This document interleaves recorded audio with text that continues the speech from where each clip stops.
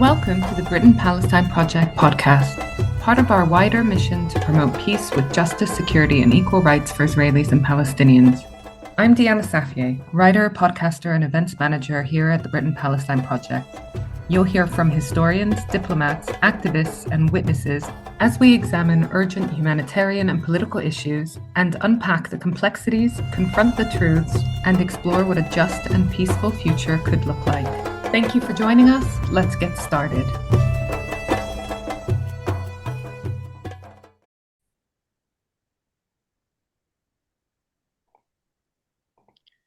Hello, everyone.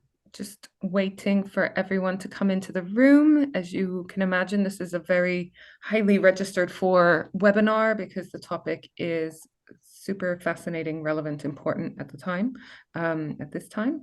So while we're waiting for everyone to join us, I'm just going to say that my name is Diana Safier. I work with Britain-Palestine Project on their events program and a bunch of other stuff. And Britain-Palestine Project stands for Peace with Justice and Equal Rights for Israelis and Palestinians.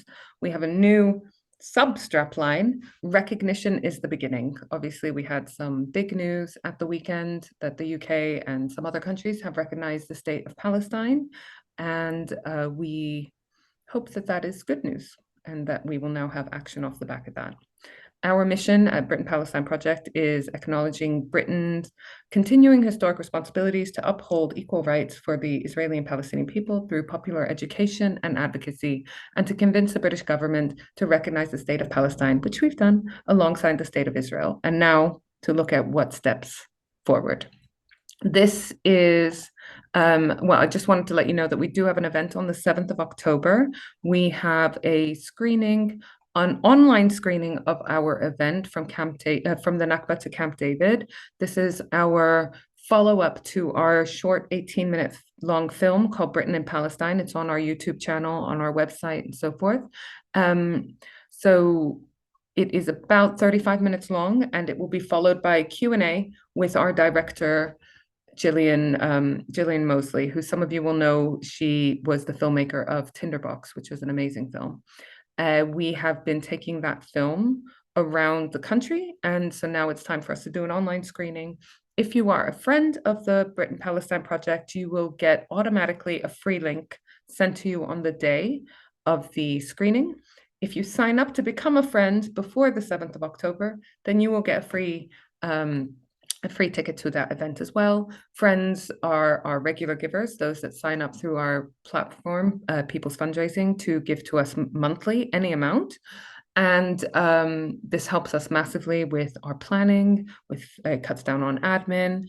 And as a friend, you will get free or discounted tickets to a bunch of our paid events. We have exclusive friends meetings, quarterly friends meetings with either experts in the field or our trustees or key people in our organization, so you can get feedback. And then on our activities, you can give us feedback and normally have some sort of briefing or presentation on one of the current issues relating to Palestine at the moment. So we've got a lot of you in the room now. Let me just ask you, if you've got any questions, then all questions will be taken from the chat box. So do post your question in the chat box. We will have presentations from each of our speakers, and then we will open it up to Q&A. I will relay the questions to the speakers.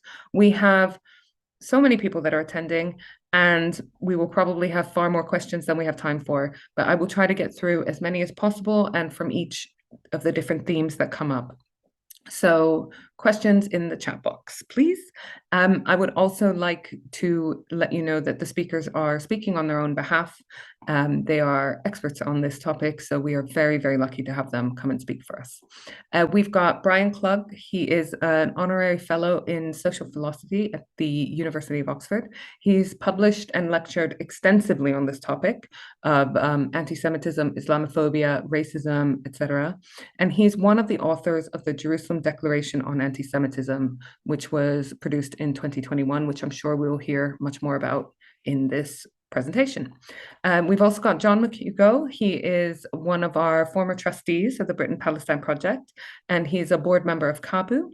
He is the author of several books, including A Concise History of the Arabs, Syria, A Recent History, and A Concise History of Sunnis and Shias. And he's currently working on a new book It's a comparative study of Islamism and Zionism as the twin paths that led to the 7th of October 2023. So that will be fascinating. I'm going to hand over to both of you now, over to John first, and then I will come back when you're ready for Q&A. Over to you. Thank you very much, Dee. And thank you everyone for coming this afternoon. I'm going to start off at a place you don't expect me to start off, probably. It's at a bus stop, late one night in winter, the winter before the pandemic started. And I'd had a dinner with friends and I'd have had a few glasses of wine. And I found myself talking to two young men, I would guess in their late 20s, who each had their own can of lager. And so we were quite a merry little bunch. We were having a nice chat. I can't remember how we got to where we got, but it started off talking about current affairs. We weren't discussing the Middle East.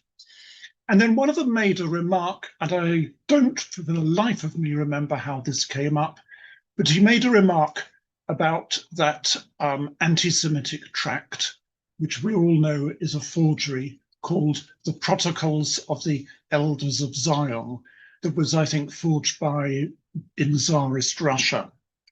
And he didn't say anything about it. I just said, well, but we all know it's a forgery. And he said, how do you know? And the other one said, prove it. And well, I was quite gobsmacked. As I said, we hadn't been talking about anything to do with anti-Semitism. And one of the things I could have said was, you're being anti-Semitic. But I hesitated and I didn't. And there were three reasons why I didn't. The first was we'd had a jovial, friendly conversation, but I didn't know these two guys. We'd all had a few drinks. My bus could come along at any moment, or their bus might, and we'd be, might be cut off in mid-flow of a very important point. And it was an incredibly sensitive and very important topic.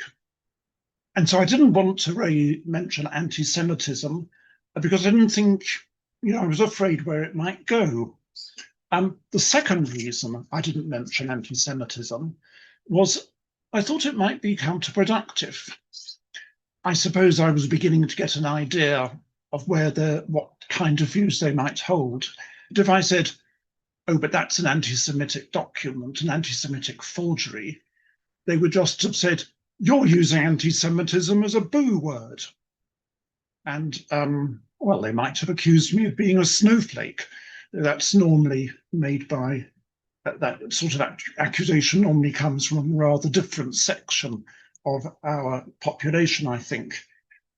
But the third reason was, I know there's a thing called the IHRA definition of anti-Semitism, and I do actually know a little bit about it.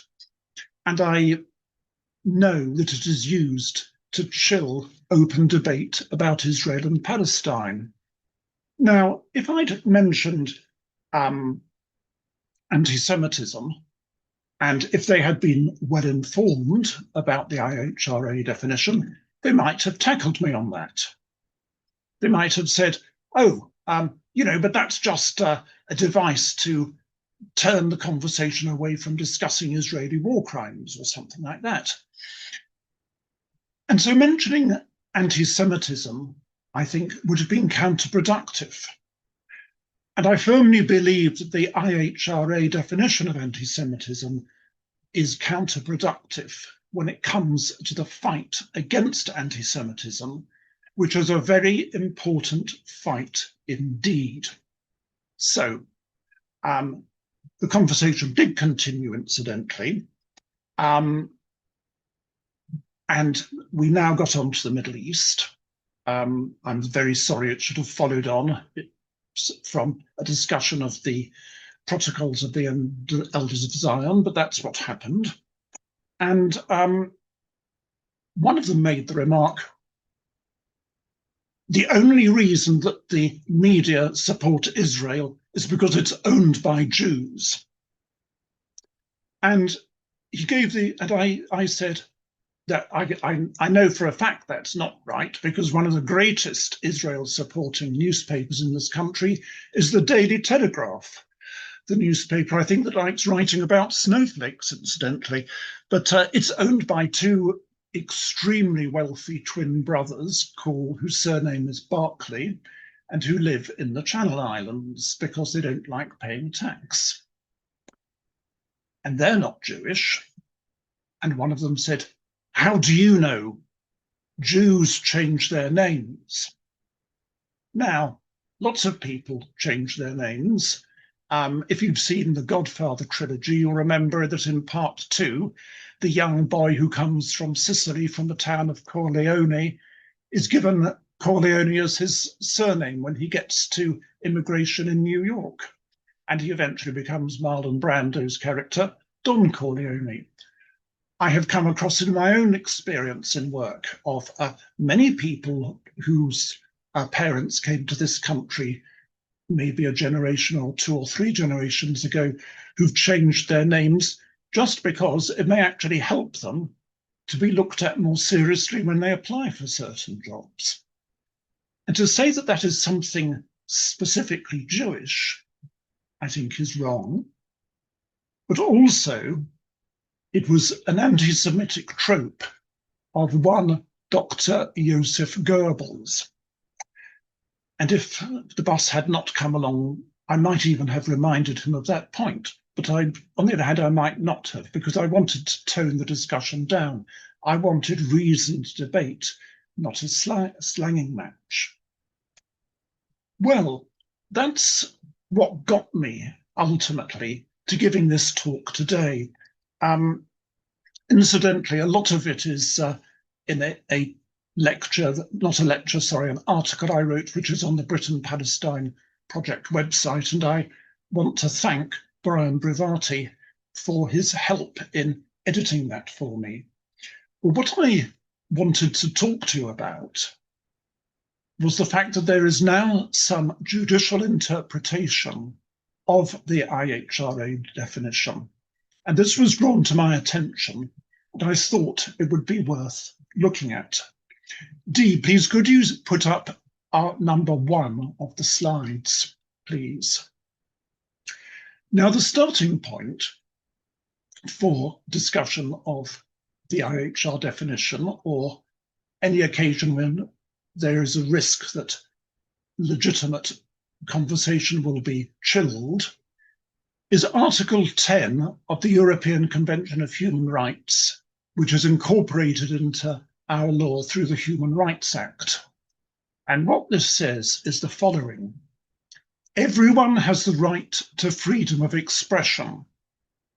This right shall include freedom to hold opinions and to receive and impart information and ideas without interference by public authority and regardless of frontiers. Now, there is an almost absolute right to freedom of speech, to say what you like, but of course it's not quite absolute. There are, as you notice, I don't continue the quote to the end, but I don't think anyone would object to the areas of English law which restrict freedom of speech. We have laws on defamation. We have laws on hate speech, for instance. But the basic principle is you are free to say what you like, unless there is a reason why you should not. And this brings me to my second slide, please, Dee, which is a statement by Sajid Javid when he was Home Secretary in the House of Commons back in December 2016. And what he said was, he was looking at the IHRA definition, and he was basically commending it to be used as a tool for interpretation whenever anti-Semitism came up in the law or any regulatory matter.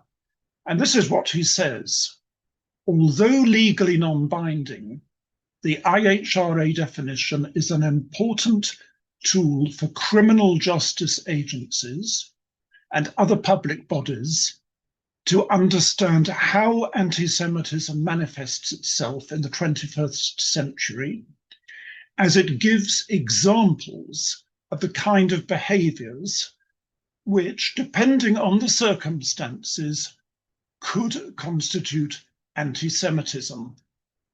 Now, that actually is extremely vague.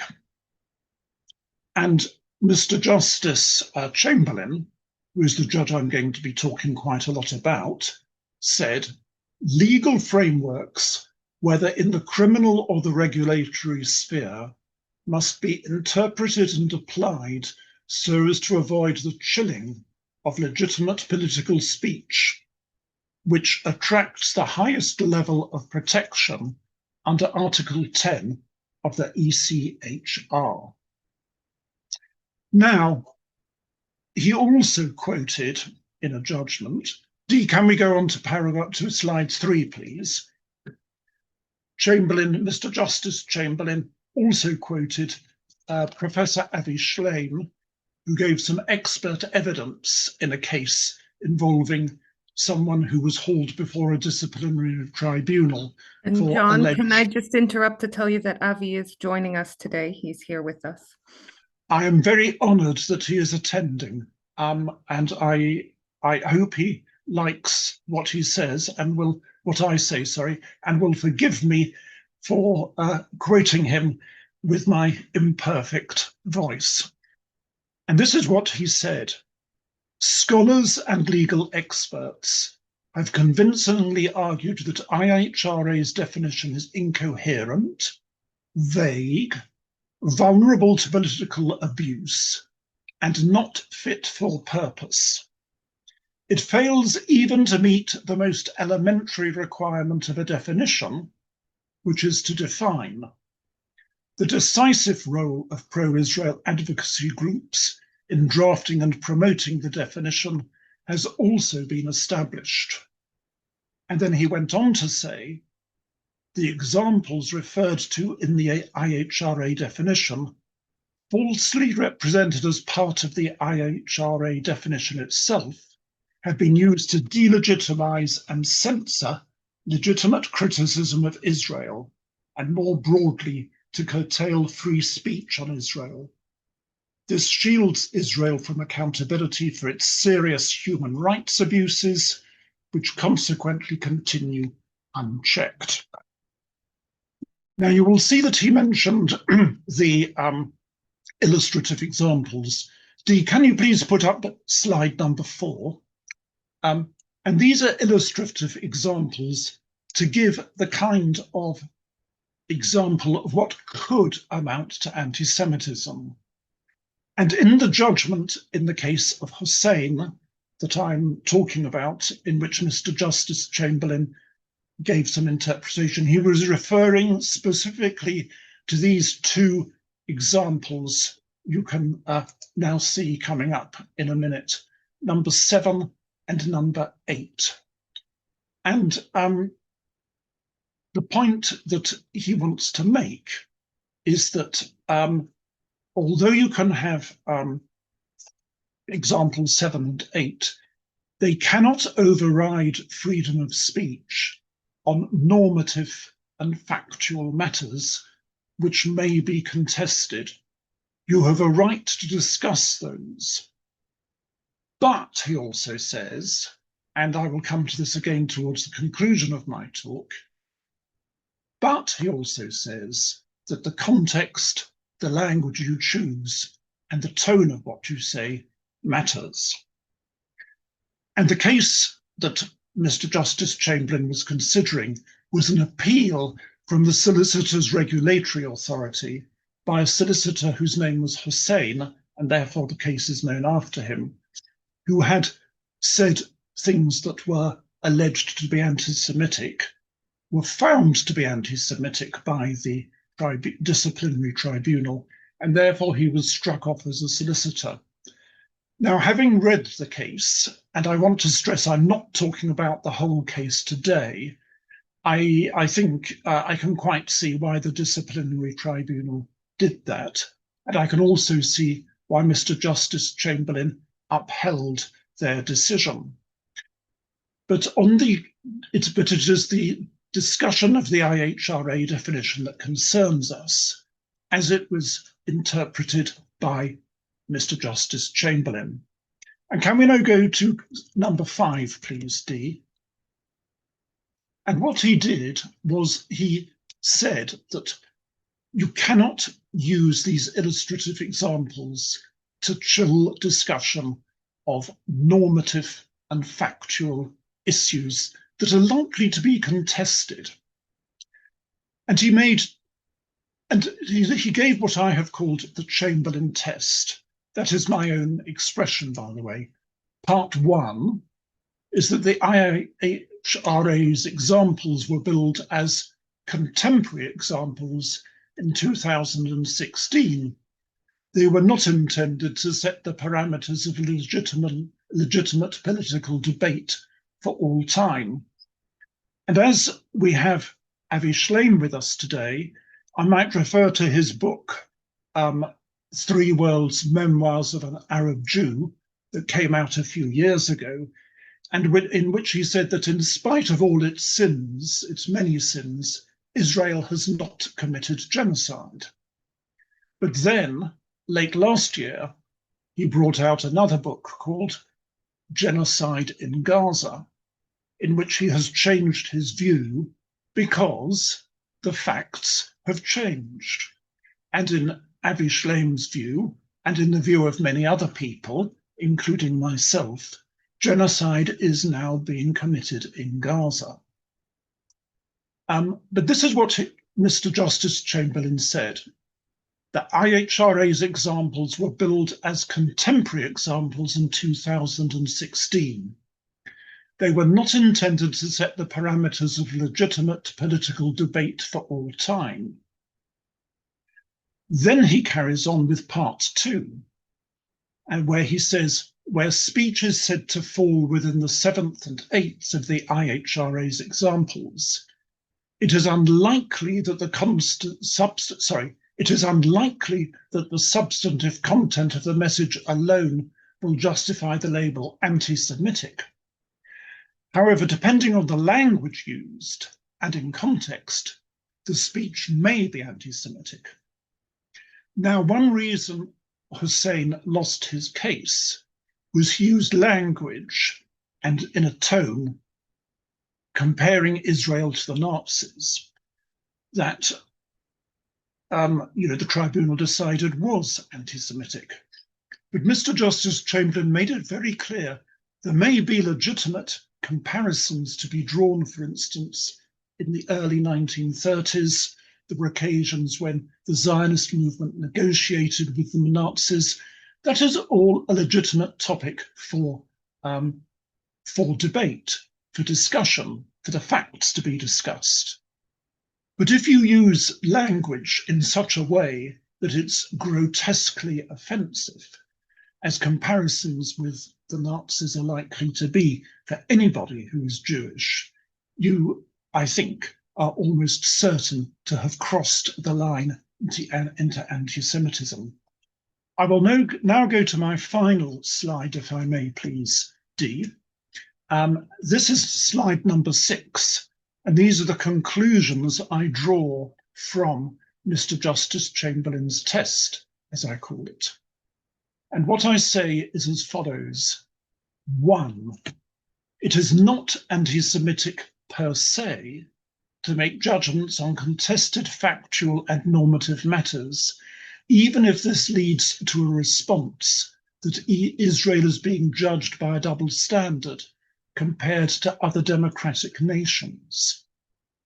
2, it is not anti-Semitic per se to criticize Zionism as such, or the manner in which the State of Israel was created, even if this challenges the founding circumstances or principles of the State of Israel, or is based on an argument that the creation of a state of Israel was a racist endeavor. I'm not going to ask you to put them up on the board, Dee, because I don't want to interrupt us, but I didn't actually quote you illustrative article examples 7 and 8. Number 7 is denying the Jewish people their right to self-determination, e.g. by claiming that the existence of a state of Israel is a racist endeavor. And number 8, applying double standards by expecting of Israel a behavior not expected or demanded of any other democratic nation. Now I will continue, and the final 2 conclusions I draw from Mr. Justice Chamberlain's test, and his reasoning is 3, that it is not anti-Semitic per se to argue that Israel practices apartheid or is an apartheid state. And number 4, it is not anti-Semitic per se to argue that Israel is committing genocide in Gaza. Now, examples 1, 2, and 3 are discussed by Chamberlain in his judgment. Article 4 is not, but I've given you the reasoning. Well, it is discussed by him a bit. He refers to the fact that it's been, there have been proceedings before the International Court of Justice that have been made public, and it would be ridiculous to say those should be embargoed for fear of them being interpreted as anti-Semitic, which, of course, apart from anything, they are not. But sometimes people bring strange arguments. So I'm going to go back to the bus stop. So the questions and so on, and statements that these 2 men made to me, the content of those statements was perfectly reasonable. If I state that something is a forgery, they're quite entitled to ask me to explain why I think that. They might want to probe and know how much I knew about it. They might know more than I did. I don't know. But it was the way they did it and the context of the questions, particularly when they made their statement about the Barclay brothers. It was the context and the tone of the language they used that gave me no doubt at all that they were saying things that were very nastily and very appallingly anti-Semitic. But I haven't said what I mean by anti-Semitism, have I? Do I even know what I mean? Perhaps it's the right moment for me to hand over to Brian. Thank you all very much for paying attention to what I had to say.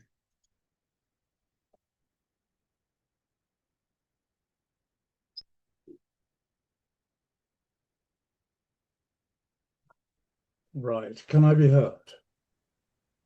Yes. I hope that continues to be the case, because unfortunately my Zoom connection has been intermittent, which I suspect is an anti-Semitic act being perpetrated by some unknown party.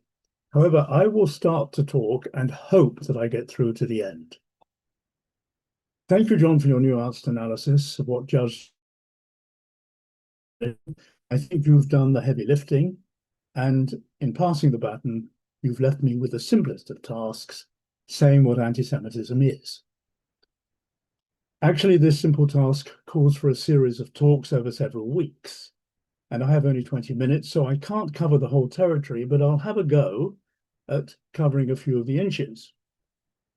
Before I start, I'd like to thank Deanna for inviting me to take part and to congratulate the Britain-Palestine Project for holding this webinar. It is not an easy subject to broach at the best of times, and these are among the worst, which makes it all the more crucial to grapple with the issue. What is anti-Semitism? In discussing this question, I shall refer to 2 definitions, the one in the IHRA text and the rather different one in the Jerusalem Declaration on Anti-Semitism, JDA, which a number of us wrote in response. But with any complex concept, and the concept of anti-Semitism is not simple, definitions only scratch the surface. I want to dig a bit deeper, and also to look sideways at other forms of racism. For no racism exists in splendid isolation from others. And if we don't connect the dots, if we fail to situate the concept of anti-Semitism in its conceptual neighborhood, then we don't fully get it. When we do join the dots, what we see emerge is one characteristic that all racisms share, placing people with a certain identity beyond the pale of our common humanity. So my first answer to the question, what is anti-Semitism, is that it is like other racisms, anti-human. I shall return to this theme, our common humanity, at the end of the talk.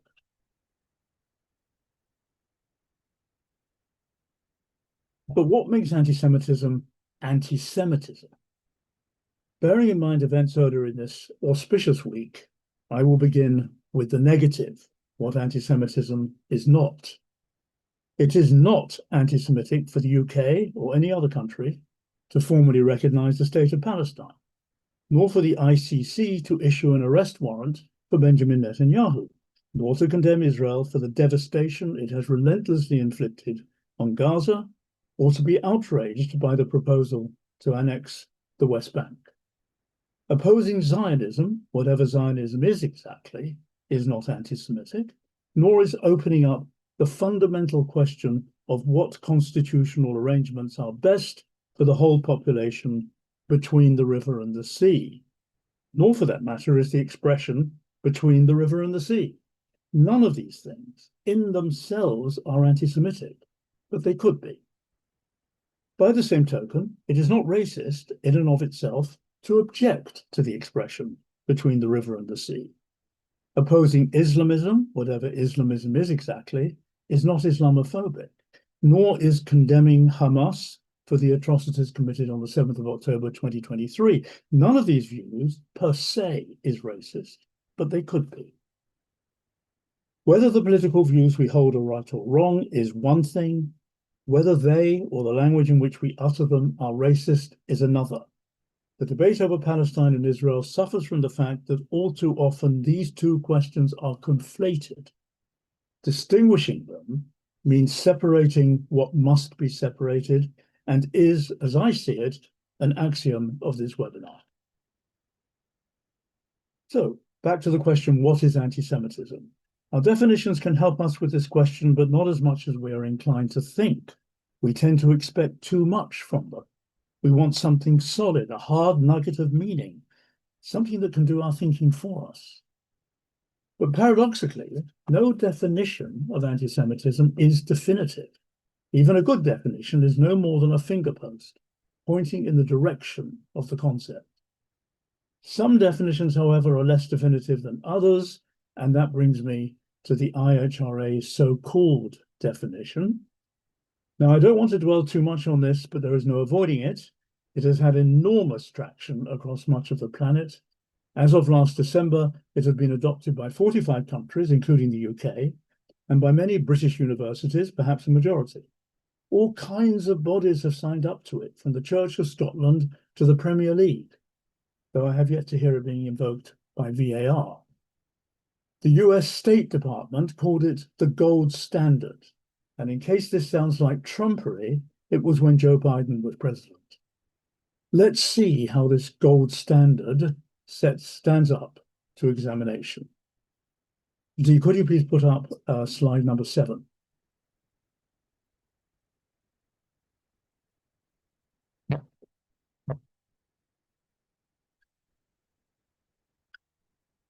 The core IHRA definition consists of 2 sentences. The first is this: anti-Semitism is a certain perception of Jews which may be expressed as hatred toward Jews.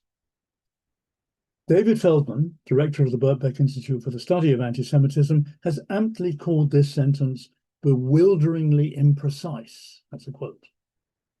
Moreover, hatred, which is what this sentence singles out, is an extreme form of anti-Semitism. But anti-Semitism does not always come wearing jackboots, any more than racism against Black people always wears a KKK hood.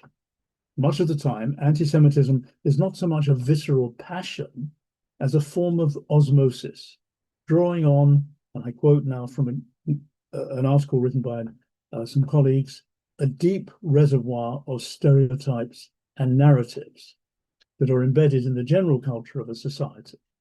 And I shall pick up this thread later. We won't get anti-Semitism or any variety of racism into focus if our minds are dominated by its extreme forms. Furthermore, while hatred of Jews might be a feature on the right, especially the far right, it is not characteristic of the left. On the left, an anti-Semitic discourse, when it exists, is typically the product of convergence between classic left-wing themes, such as anti-capitalism, and certain anti-Semitic tropes, such as the rich Jew or the Rothschilds. Missing all of this, the first sentence of the IHRA core definition is not only bewilderingly imprecise, it is also woefully misleading. The second sentence is this: rhetorical and physical manifestations of anti-Semitism are directed towards Jewish or non-Jewish individuals and all their property, towards Jewish community institutions and religious facilities. Jewish or non-Jewish? Well, that narrows it down. True, someone targeted as Jewish might turn out not to be, and someone who isn't Jewish might be targeted because, say, some of their best friends are Jews. In the 2010 UK Equality Act, this is called discrimination by perception and discrimination by association, respectively. But by the same token, it's true that you don't have to be Muslim to be a victim of Islamophobia. It is even conceivable for misogyny to be manifested against men. But we would no more define Islamophobia as directed towards Muslim or non-Muslim individuals, or misogyny as directed towards female or male individuals, than we would define a chair as something that can be sat on or not sat on. It is true that a chair can be either sat on or not sat on, but this doesn't define it. The second sentence in the IHRA definition makes a valuable point about the extension of the concept of anti-Semitism, but you can't extend a concept that you have not first defined, any more than you can extend a line that has not yet been drawn. Summing up, the core IHRA definition is more like an indefinition, or would be if there were such a word. If this is the gold standard, then gold has plummeted in value. The seventh slide can come down now. And I don't have any more slides.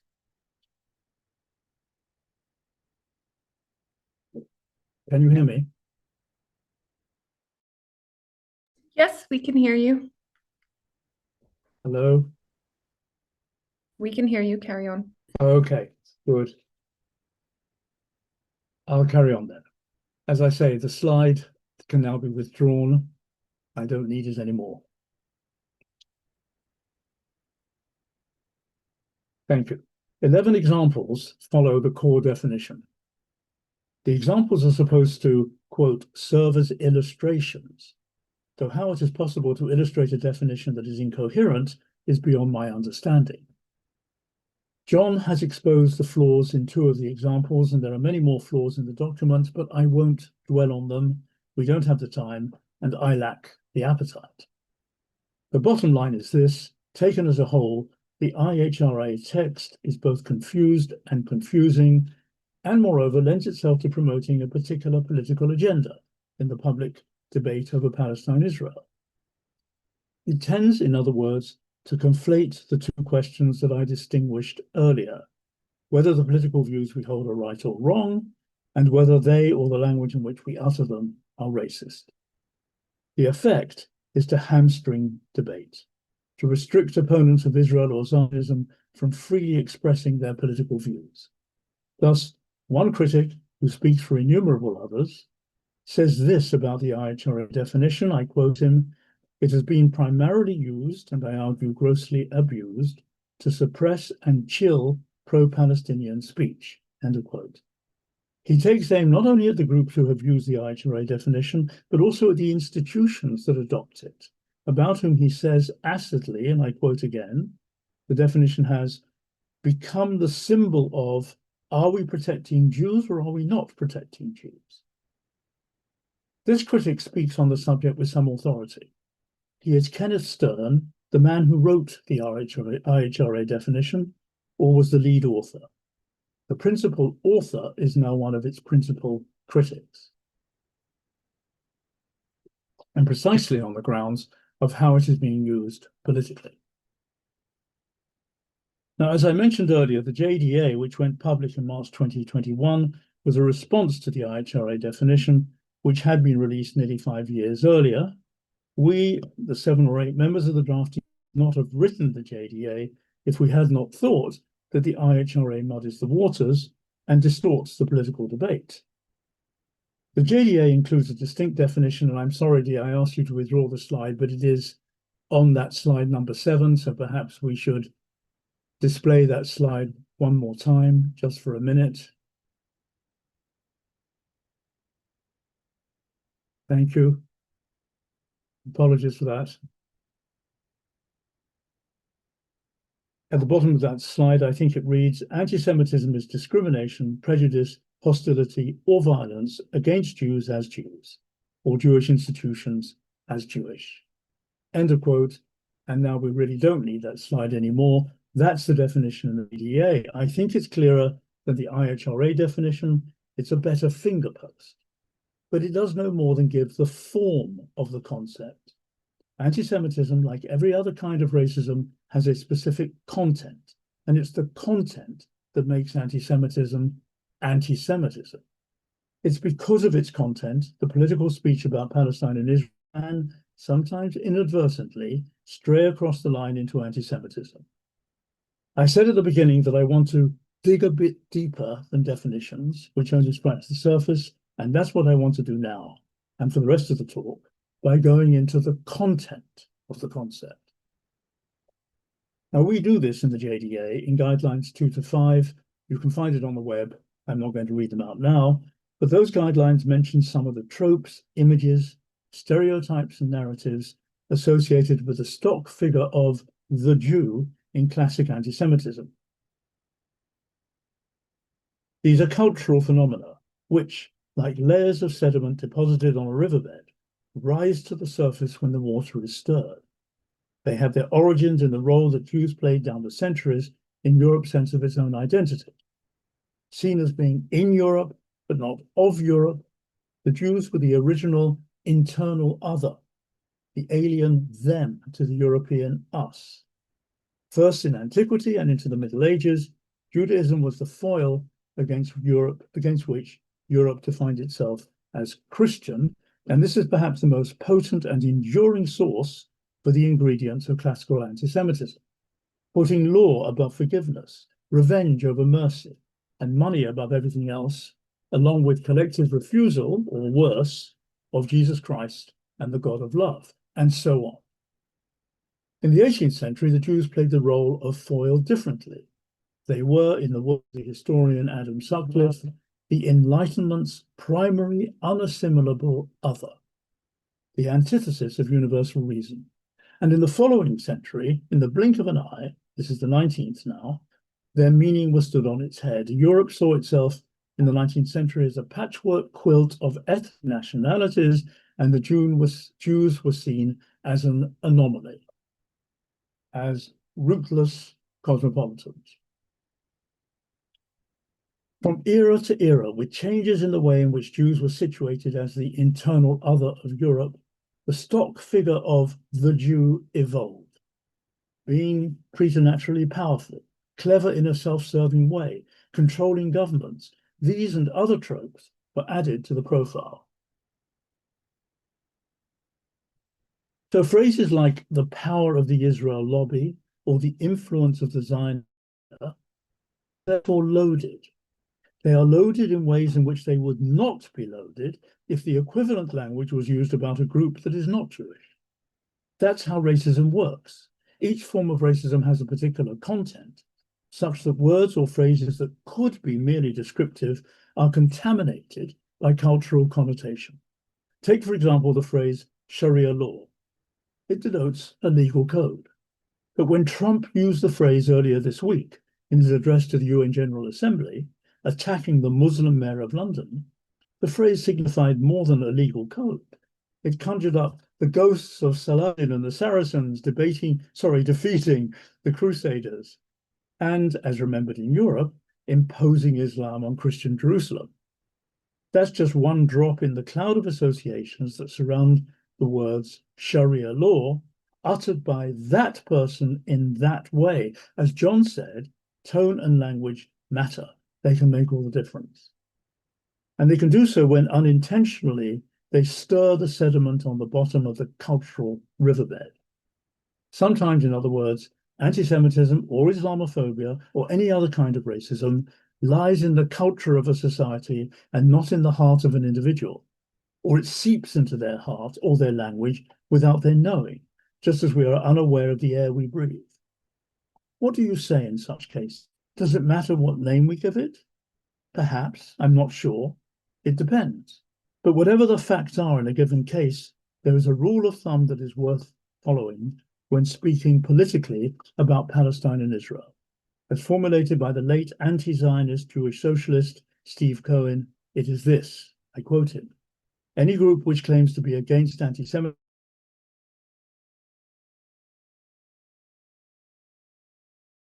socially individual.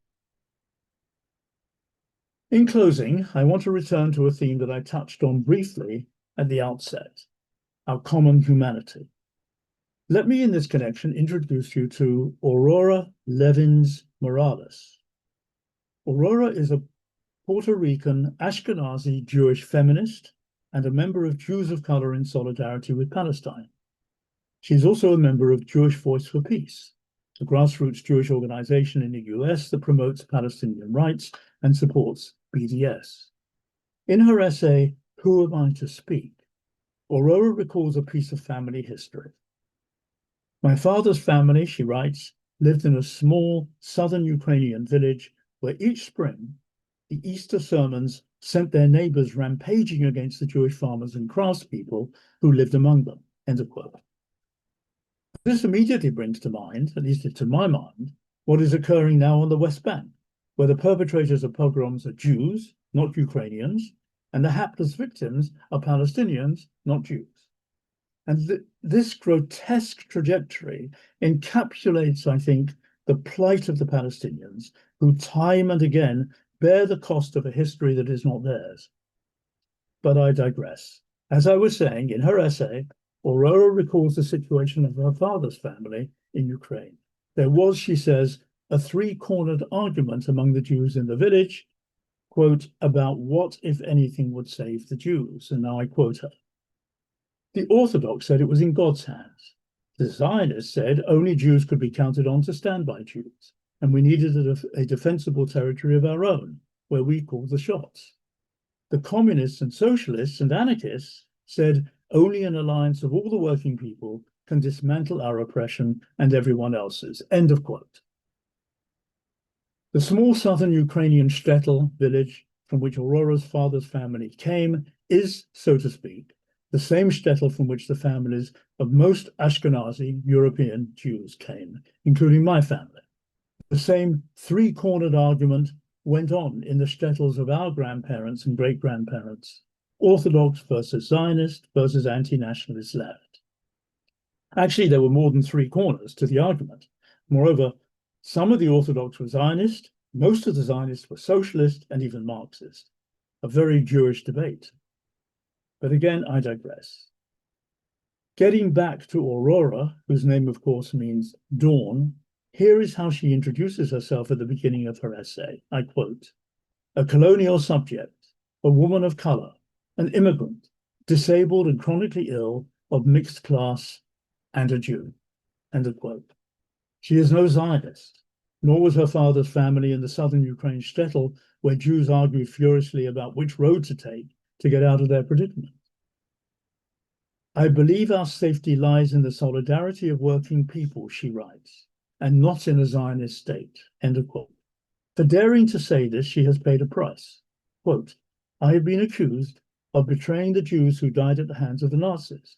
I have been accused of being a retroactive Nazi collaborator by people who claim that dead children also accuse me, end of quote.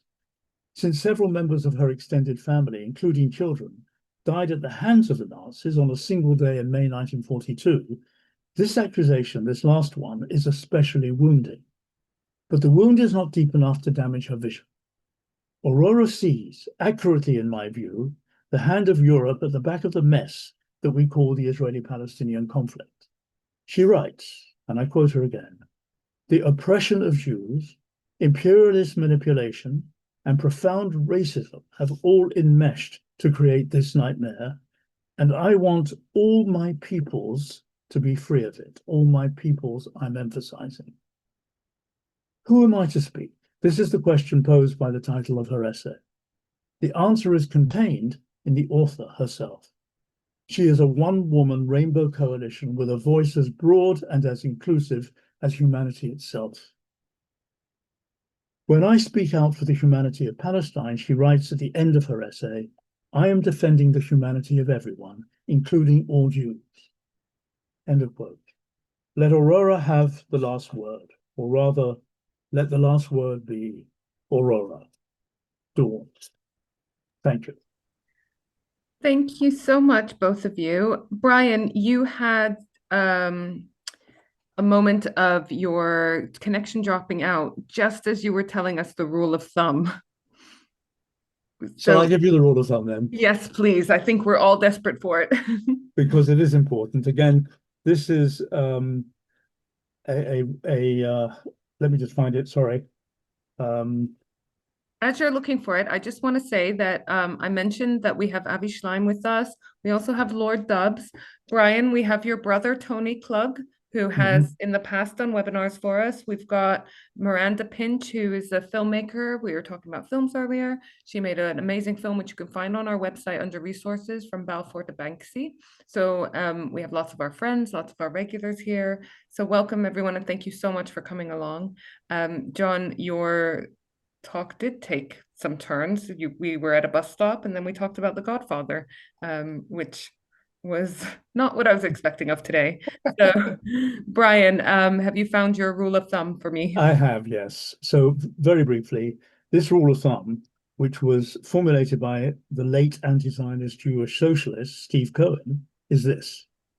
Any group which claims to be against anti-Semitism should be ultra-vigilant in the imagery it evokes. Again. Any group that claims to be against racism in connection with Palestine and Israel, whether or not they themselves are anti-Semitic or Islamophobic, should be ultra-vigilant in the imagery they evoke. Okay, fantastic. Thank you so much for repeating that for us. You mentioned that you can be, for example, a victim of Islamophobia without being a Muslim. I am Palestinian Christian, so I can confirm that that happens a lot because racists don't often check their facts before they act racisty. So we've had a couple of questions on this, and it's something that I've always wondered about. Can you tell us how the term anti-Semitism can even be used with regards to the issue of Israel-Palestine, seeing as us Palestinians are also Semitic? Is it just another ignorant use of the term? Shall I answer that? Please. I think this is in a way confusing etymology with semantics. There are a lot of words in the language that have an origin that is not the same as the use or meaning that they have now acquired. And anti-Semitism is an example. Anti-Semitism is a word that was coined in the late 19th century. It might have been coined by a man named Wilhelm Marr. It's not clear, but he certainly popularized it in Germany, which was the sort of beginning of racist anti-Semitism. That's to say, anti-Semitism based on a biological concept of race. And he used that word because he regarded Jews as Semites, and he used the word Semites to refer to Jews specifically.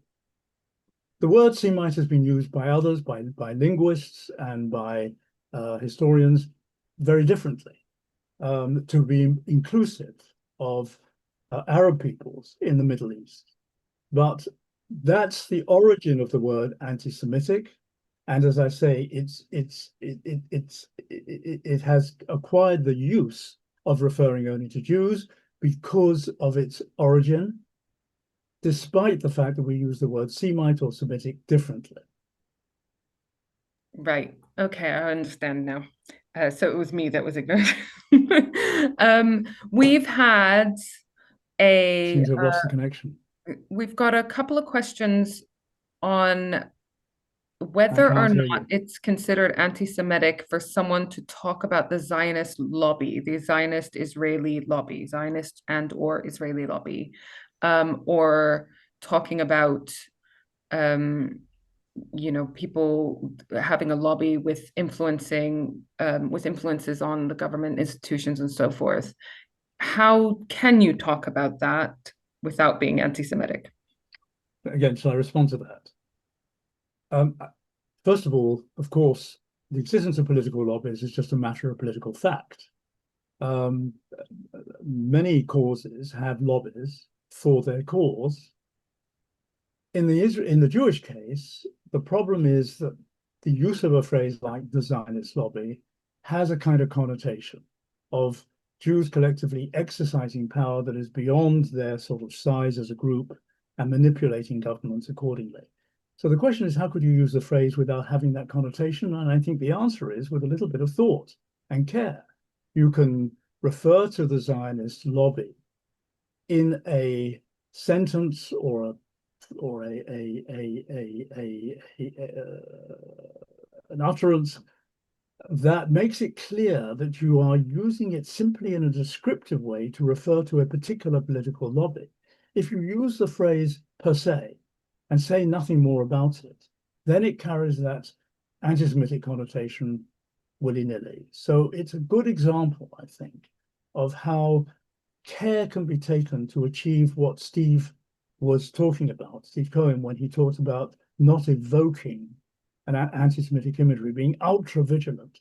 You exercise the vigilance by contextualizing the phrase.